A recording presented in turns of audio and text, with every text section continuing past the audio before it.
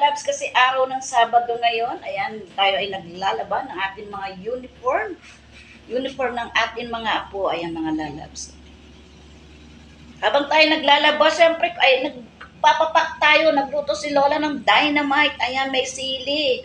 At linagyan ko ng cheese. Masarap yan. Sarap. Ayan, patapos na yung natin labahan. Siyempre, habang naglalaba tayo, nagpapapak, nagluluto rin tayo ng tanghalian. Tingnan natin kung anong laman ng ating niluluto. Tingnan natin mga lalabs. Ayan, buksan natin kung anong laman ng niluluto natin. Tumunog na yung ating nilalabahan. Ayan. Daran! Wow! Pakbit! Ang niluto ni Lola. Sarap-sarap naman ang tanghalian. Ayan. Luto ng ating ulam.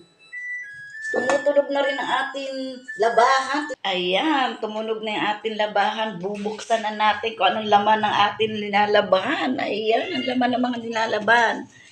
Eto! Mga labahan natin. Ayan, kasi busy-busy tayo pag Sabado at Linggo. Pag Linggo naman, plancha-plancha. Luto-luto. Ayan ang trabaho ni Lola. Ayan, thank you for... Ayan, nalalab sa pagkatsakal.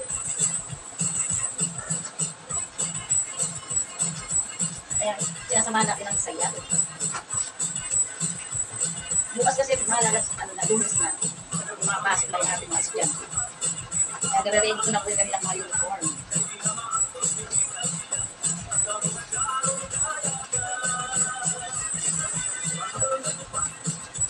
Siyempre, samahan natin ang saya. Ayan, nakadalawa na tayo mga lalap na nakansya. Tapos ko yung bunso.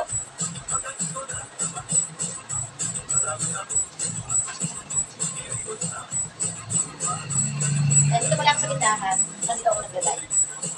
Wala tayong live niya kasi busy-busy tayo sa pagkakansya. Tapos tayo yung ating uniform.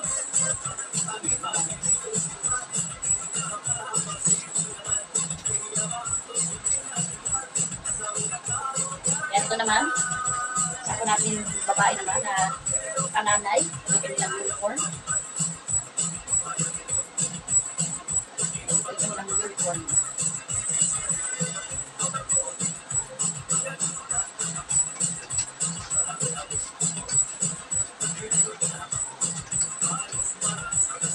Grade 9 na po yung aking panganay.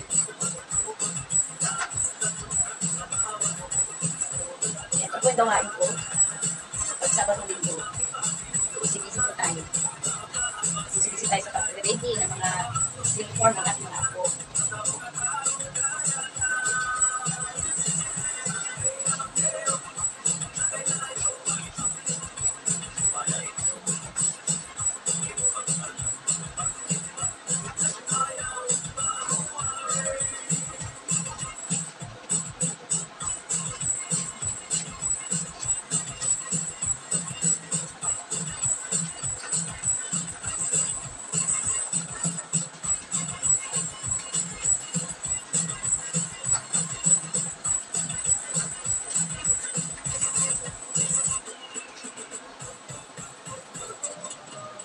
Sinasamahan ka natin ang saya.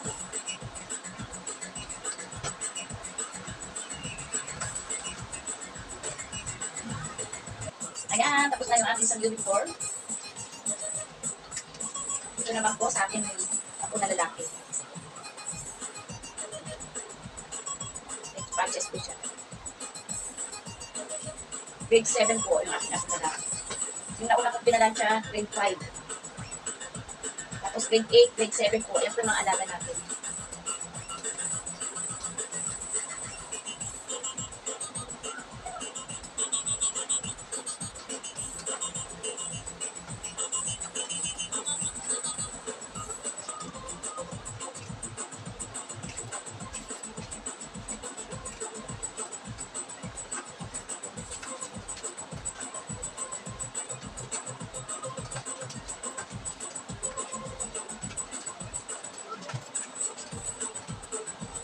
Ayan, tapos na tayo sa ating uniform sa lalaki. Sa mga PE uniform naman tayo. Sa ating lalaki, small.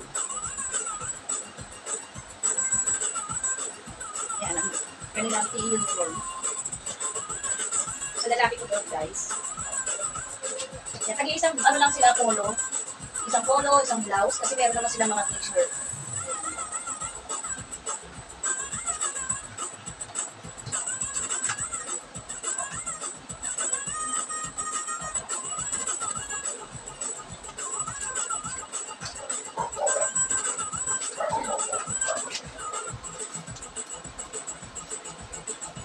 Inuuna ko lang muna yung blouse, yung dress, at saka mga t-shirt. Mamaya na yung ating pantala at saka kalda. Inuuna ko muna po.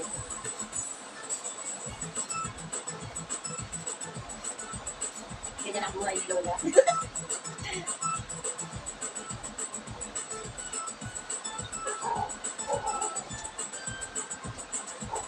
Ayan, tapos na tayo sa isang bulong po. Pang-PE.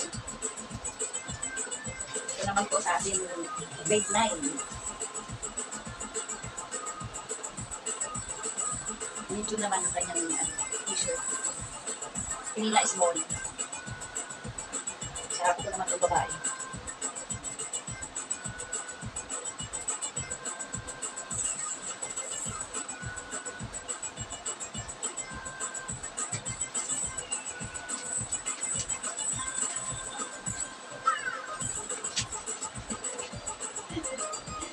Ano nagpa-plancha, nagda-dance tayo mga lalabs.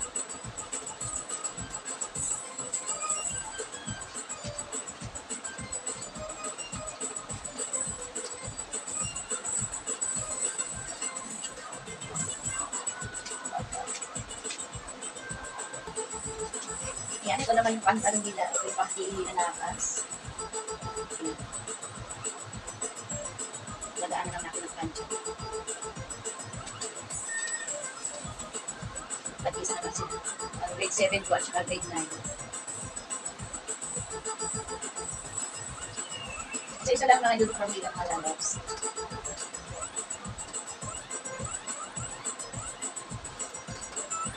Isa rin polo, isa rin blouse.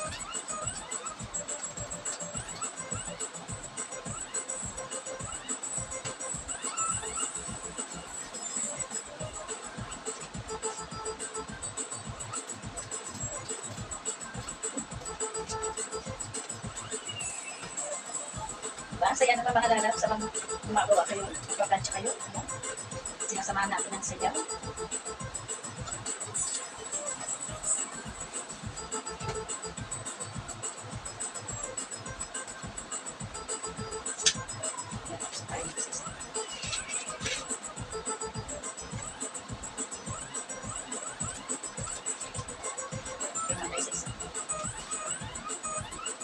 Pinaplansya ko na mga lalabs kasi parang na-type problema. Yung pa isa-isa tayo ng plansya. Plansya ko na lahat ng uniform nila.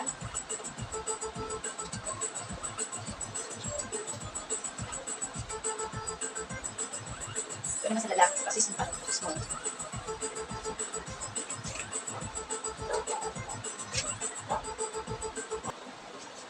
Yan, paano naman ang lalaban natin, ay paplansyahin natin mga lalabs. Yan, ito na. Kapag-plansya na tayo natin mga uniform, kaya panyo naman. Last na natin itong mga lalabs. Last na natin paplansyahin ang kanilang mga panyo. Ang panyo naman.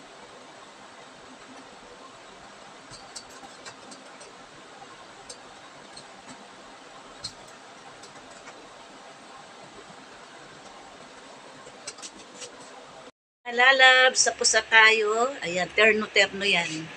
PE. Ayan, may t-shirt at saka may jogging pants. Ito, polo at saka may pantalon, may panyo.